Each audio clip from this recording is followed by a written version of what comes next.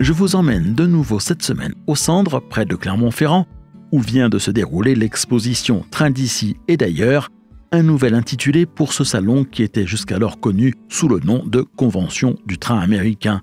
Car cette année, les thématiques abordées avaient été élargies à d'autres disciplines du modélisme ferroviaire, en particulier les chemins de fer industriels et à voie étroite. Des domaines dans lesquels la créativité n'a pas de limite, puisque l'on peut très largement s'affranchir de toute référence à la réalité. Dans ce nouvel épisode, je vous propose de rencontrer quelques-uns des exposants qui débordent d'imagination et qui pourraient bien vous donner des idées et pourquoi pas l'envie de vous mettre à votre tour au modélisme ferroviaire si vous n'avez pas encore franchi le pas. Bonjour et bienvenue dans Aiguillage Modélisme. Et pour commencer, vous connaissez Luc de Mortelard si vous êtes un habitué d'Aiguillage. Je vous présente régulièrement ses créations. La dernière s'appelle Puertos de los Speculos. Vous avez pu la découvrir dans le compte-rendu que je vous avais fait du salon Savoie Modélisme à l'automne dernier. Mais si je me suis arrêté une nouvelle fois devant son réseau, c'est parce que à l'exposition du Cendres, il se projetait déjà dans sa prochaine création pour laquelle il fera rouler sur des rails de petits camions Matchbox qu'il transforme pour les positionner sur des châssis adaptés. Ce qui existe maintenant, c'est les châssis Kato. Et moi, j'adore utiliser ça. Donc, Tomitech, la marque japonaise, en fait. Et Kato, la marque japonaise, en fait aussi. Et donc, ce sont des petits châssis motorisés qu'on peut après camoufler. Donc voilà, il y a un châssis avec le moteur est là dedans et alors après on se sert de n'importe quoi pour camoufler le moteur parce que dans ce cas-ci c'était intéressant parce que la cabine de camion est trop petite pour être motorisée, donc elle est tout simplement inerte. Donc j'ai pris la cabine, je l'ai plaquée sur un bogie avec un attelage, j'ai vieilli la cabine et puis alors je la fais pousser par les petits châssis Kato. Maintenant là il y en a deux parce que comme là il y a 7 degrés de pente, ces châssis sont très chouettes mais ils sont légers et ils n'ont pas beaucoup d'adhérence. Donc pour un usage sur un terrain plat ça marche très bien, mais là dans la rampe il en faut deux, il n'y a rien à faire. Alors je continue l'histoire, en fait j'ai fait aussi celui-là. Regarde, je le mets là. C'est à peu près pareil, c'est un petit camion acheté 6 € dans une brocante de modèle réduit. Mais alors, donc que j'ai aussi vidé, j'ai mis un essieu à l'avant et un bogie à l'arrière. Et c'est aussi destiné à être poussé par ces châssis Kato. Mais alors, celui-là, je ne pense même pas à l'utiliser ici parce qu'il est plus lourd que celui-là, donc ça monte encore moins bien. Et alors, ça permet... Attends, je vais là-bas, je prends encore ces deux-là. Chez Kato, il y a des châssis à essieu et il y a des châssis à bogie.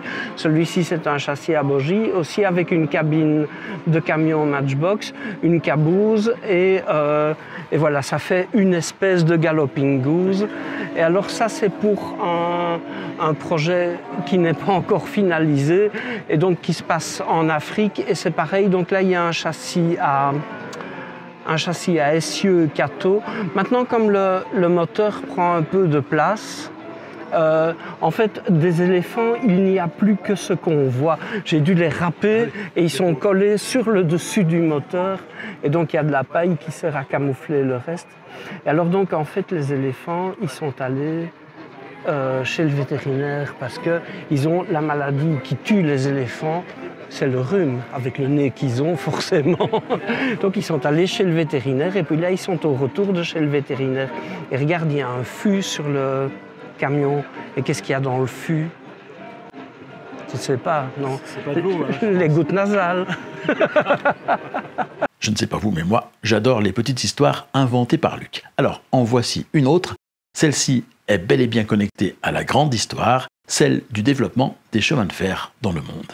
Bernard, qui est l'organisateur ici, avait à un moment parlé de faire un petit challenge qui consistait à choisir une photo relatée chemin de fer et en 2D donc, et à la reproduire en 3D. Et nous, on avait trouvé cette photo-là. Donc, on a un livre à la maison qui parle de l'exploitation forestière par chemin de fer aux États-Unis au 19e siècle. Et il y a cette photo. Donc, le premier chapitre, c'est oui, mais comment faisait-on avant qu'il y ait les trains? Eh bien, on faisait avec des chevaux et avec des rails en bois. Et donc, on avait trouvé cette photo-là extraordinaire. Et puis, alors, on s'en est servi pour faire ça. Et alors, je veux vraiment rendre hommage à un grand ami à moi qui n'est pas ici maintenant, mais qui est un extraordinaire modéliste, c'est Jean-Claude Botspoul. Il n'a pas pu venir, bon, voilà, mais c'est lui qui a peint les figurines. Et, c'est moi qui ai fait tout le reste, mais en fait, ce module, ce diorama vaut par la peinture des figurines. On a quand même dû prendre un petit peu de liberté par rapport à la photo, parce que sur la photo, il y a 8 chevaux. Ça, on n'avait pas la place. La création de très petits modules faciles à transporter et que l'on peut éventuellement connecter à ceux conçus par d'autres modélistes est une tendance que l'on voit se développer au fil des expositions. Elle a même fait l'objet d'une norme appelée Titrac, qui a séduit Jean-Baptiste Bournisien, un autre exposant présent au centre. Depuis 3-4 ans, suite à une vidéo justement d'aiguillage, où Michel Etienne, un des promoteurs du Titrac en France, faisait la promotion avec enthousiasme de cette norme. Et comme à l'époque, j'avais pas beaucoup de place, et ben ça s'est bien tombé. Je me suis fabriqué une étagère sur mesure, entre 2 étagères dans mon bureau, où j'ai pu ranger les modules dedans. C'est une norme qui m'a plu justement par le peu de place nécessaire à la pratique, quoi. En plus, bon, des qualités inhérentes aux modules qui sont qu'on a vite fini quelque chose, c'est vite satisfaisant. On passe pas son temps à ballaster pendant des jours. La voie est déjà prête, alors je l'ai reballastée parce qu'elle a un aspect un peu plastique, sinon, mais on va dire que c'est facultatif. Et les normes sont assez faciles à mettre en œuvre. Le matériau utilisé, c'est pareil, on peut utiliser du carton de calendrier, on peut utiliser du MDF. Il y a des modules tout faits qui se vendent, il y a Bois Modélisme en France qui le fait, Cato directement qui en fait également. L'avantage du Titrac, c'est que c'est pour faire des réseaux communautaires. Alors ici, il est relativement petit, mais il peut y avoir des réseaux de plusieurs dizaines de mètres. Et j'ai envie de dire que l'une des qualités aussi du Titrac, c'est que ça mélange des modélistes qui ont différentes aspirations, de celui qui aime surtout faire rouler et pour qui le décor, c'est pas forcément une priorité, aux modélistes qui aiment le réalisme et qui, lui, va pousser le réalisme plus loin. Et souvent, on a tendance en modélisme justement à opposer ces gens-là. Et le Titrac les rassemble. De même que Jean-Baptiste rassemble plusieurs pratiques autour du do-it-yourself, faire par soi-même, sur sa chaîne Je suis curieux. J'ai quelques vidéos sur le modélisme, mais c'est aussi surtout du do-it-yourself de manière générale. Il y a de la menuiserie, j'ai fait aussi une série de vidéos sur comment réaliser une enceinte, sur aussi les objets connectés comme les Google Home et compagnie. C'est plutôt le fait de m'être mis au bricolage, on va dire, parce qu'il y a quelques années, je faisais quasiment rien de mes doigts. Et en fait, je me suis mis au travail du bois complètement par hasard en regardant des vidéos sur la fabrication d'instruments. Et il y a quelques années, j'ai offert à ma fille de 3 ans un train en bois Ikea. Et en la voyant s'amuser avec, je me suis dit non, c'est pas possible, il faut que tu refasses du modélisme. Et du coup, j'ai acheté du matériel. Et le fait d'avoir bricolé avant, d'avoir déjà du matériel, des outils, je veux dire, notamment aussi une imprimante 3D, je me suis dit, ben ouais, je crois qu'aujourd'hui c'est le moment pour commencer. On va dire, c'est un peu comme si tout ce que j'avais fait avant me conduisait au modélisme ferroviaire. Dans la catégorie des modules comme vous n'en avez sans doute jamais vu, il y a ceux imaginés par Flavio Volante qui permettent de réaliser des réseaux de toute taille et de toute forme. Il en faisait la démonstration sur son stand. C'est un réseau en fait qu'on appelle Pazuru. Ça vient d'un concept japonais. Pazuru, c'est-à-dire puzzle en fait en japonais simplement. Hein. Et eux, ce que font les Japonais, c'est qu'ils utilisent des modules un petit peu dans ce genre-là, mais carrés en fait, pour faire des petits réseaux modulaires. Mais j'y réfléchis un peu et je trouvais que c'était pas forcément très adapté à des réseaux un peu plus poussés. Et du coup, j'ai cherché un peu, je me suis dit, ce serait intéressant d'avoir finalement des modules hexagonaux pour pouvoir faire des lignes courbes, des droites, des aiguillages, voilà. Donc j'ai trouvé ce genre de petits modules sur des plateformes de e-commerce type Amazon, AliExpress, eBay, peu importe, voilà. Donc c'est des modules en bois, hein, voilà. Donc, pas de sapin. Modules en bois, voilà, qui sont ensuite lasurés dessus. Donc ici j'ai fait le côté un petit peu chêne, voilà. Et dessus, donc, je vais mettre des fiches bananes, donc aux dimensions standardisées. Donc là voilà, on a dimension pour tomber juste entre chaque module.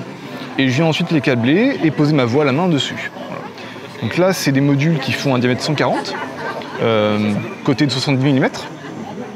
Et j'ai mis donc de la voie de type bouche, donc 6,5 mm dessus. Voilà. Donc voie posée à la main sur 13 bois, rail en code 55, et en dessous une piste magnétique pour le bouche pour qu'il puisse avoir l'adhérence. Voilà. Donc le but, voilà, c'est d'avoir en fait un petit réseau modulable dans ce genre-là. Donc si un jour j'ai envie de faire un petit réseau bouclé, je peux les assembler pour faire une boucle. Si je veux faire du point à point, je peux changer. Et le but sera aussi à terme de décorer chaque module, donc un peu comme celui-ci.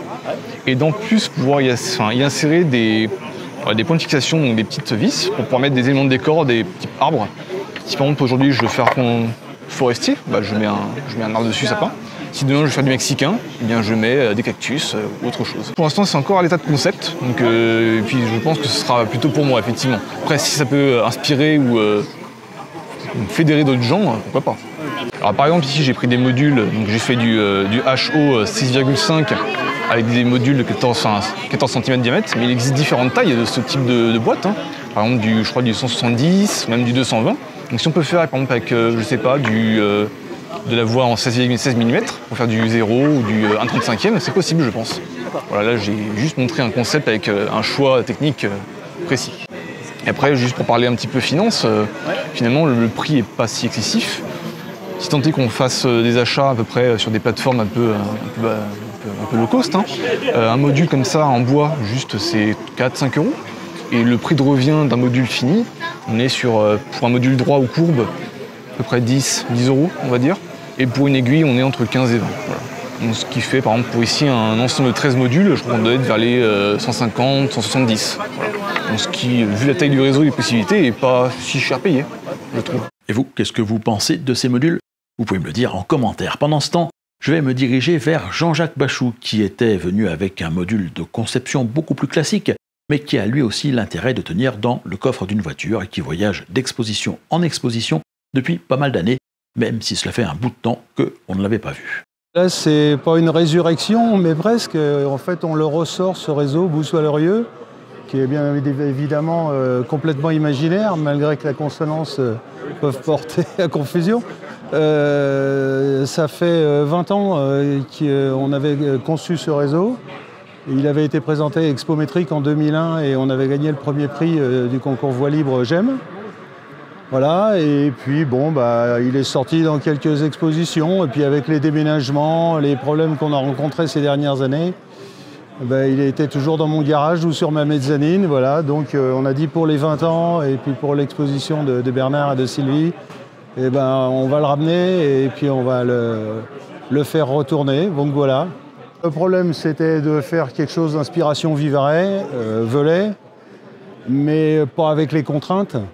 Pour la petite histoire, le réseau est relativement inspiré d'un réseau qui avait été présenté par Loco-Revue en voie normale. Ça s'appelait mon premier réseau. Il n'avait pas la voie arrière, mais il était un peu plus long et il avait une scierie en bout. Et il était en voie normale. Donc je suis parti sur cette idée-là, retransformer ça en métrique, recréer un dépôt un peu différent, voilà, utiliser les bâtiments du Vivarais, et puis donner cette connotation un petit peu, mais sinon après tout le réseau c'est purement... pourquoi les chemins de fer du Verlat? Parce que CFV, donc comme ça si j'ai du matériel qui est marqué chemin de fer du Vivarais, globalement c'est aussi les chemins de fer du Verlat. Puis quand on me demande où c'est, je dis c'est le Verlat.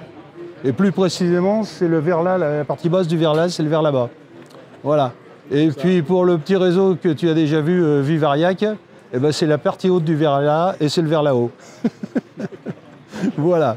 Donc Vivariac qui en fait a été la suite de Boussois-Lorieux. Vivariac, un réseau que je vous avais présenté il y a pas mal de temps déjà sur la chaîne Aiguillage en effet.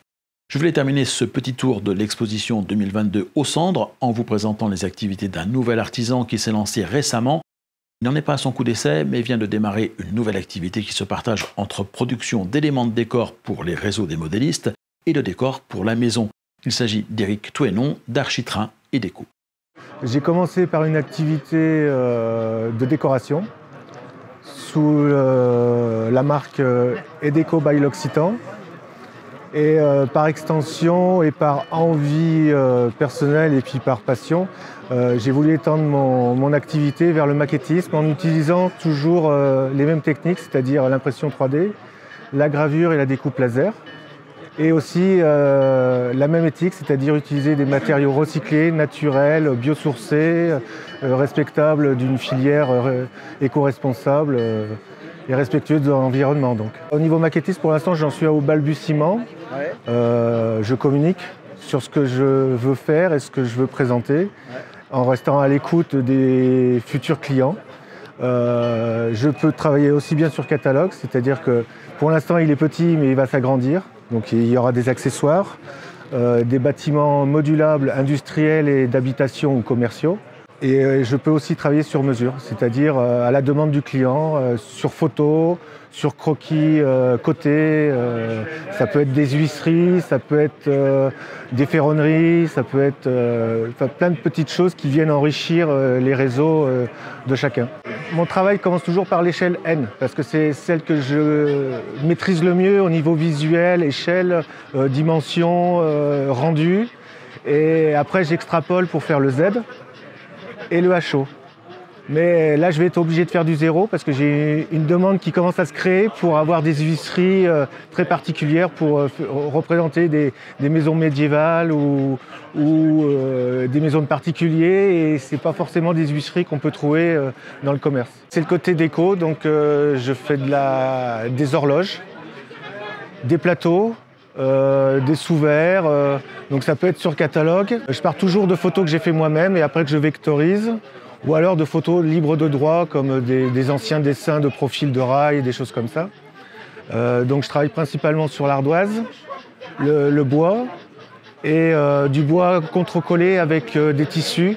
J'ai travaillé 30 ans dans le textile et j'aime bien recycler les anciennes pièces de jeans délavées pour en faire des tableaux, des horloges, etc. Et pareil, même démarche, je peux faire aussi bien catalogue et aussi du sur-mesure, à la demande du client. Voilà pour ce petit survol de l'exposition Train d'ici et d'ailleurs. Après le bilan qui en sera fait par l'association organisatrice, décision sera prise de la reconduire sous cette forme ou sous une autre, au Cendres ou ailleurs, probablement d'ici 2 ans. J'aurai le temps d'ici là de vous tenir informé. Si ce n'est pas encore fait, pensez à vous abonner à cette chaîne Aiguillage Modélisme pour y retrouver chaque lundi mes comptes rendus d'exposition, mais aussi des présentations de réseaux et divers autres reportages autour du monde du modélisme ferroviaire. Mais vous le savez, je vous retrouve également tous les jeudis à 18 h pour partager avec vous mes plus récentes découvertes ferroviaires sur la chaîne Aiguillage.